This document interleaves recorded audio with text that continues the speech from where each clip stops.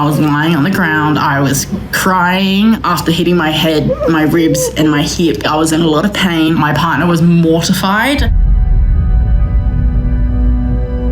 I'm a wheelchair user. I was born with a condition called necrotizing enterocolitis, which is a life-threatening bowel condition. I had a lot of surgery when I was a child and grew up quite chronically ill. I just finished modelling in Sydney. I was heading back to my home. I had to make a pit stop in Adelaide, South Australia to pick up my 2 sausage dogs. Airport policies for wheelchair usage is completely inconsistent everywhere. At Adelaide Airport, the policy was that your personal wheelchair could not be brought up to the plane where you can then transfer into the chair. You are required to use the airline provided wheelchair. Check in only this one.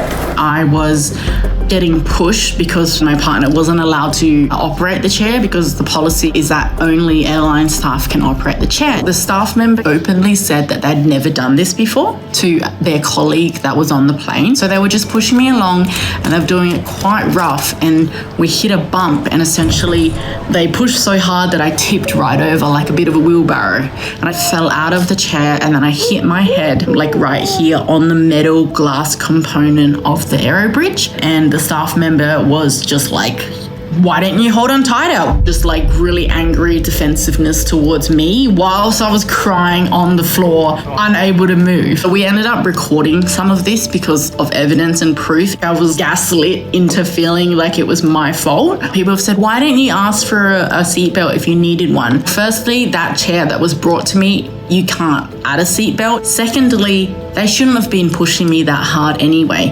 If I was wearing a seatbelt, which is only just like a waist seatbelt, I would have still jolted forward and still probably injured myself. I was essentially on the ground for about 30, 40, maybe longer minutes crying. Jetstar told Scene they take the claim seriously and are investigating. They say their employees are trained to assist wheelchair users. They did offer to lift me up, but I don't want them to injure me even further.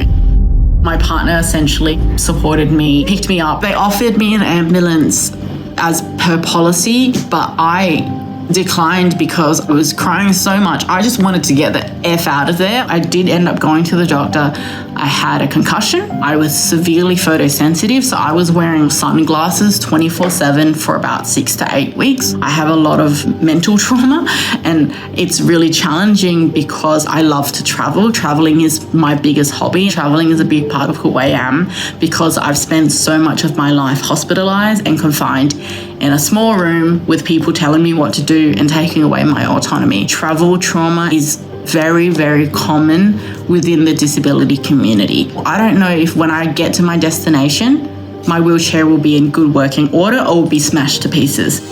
I would like to see traveling not be this difficult for anyone, regardless of their disability. We should be treated like everyone else, not like a second-class citizen that's segregated from everyone else. All people deserve to be seen. Everyone, regardless of our abilities and disabilities, are human beings that deserve to be valued, treated with respect, loved, have dreams, hopes, desires. I am seen, are you?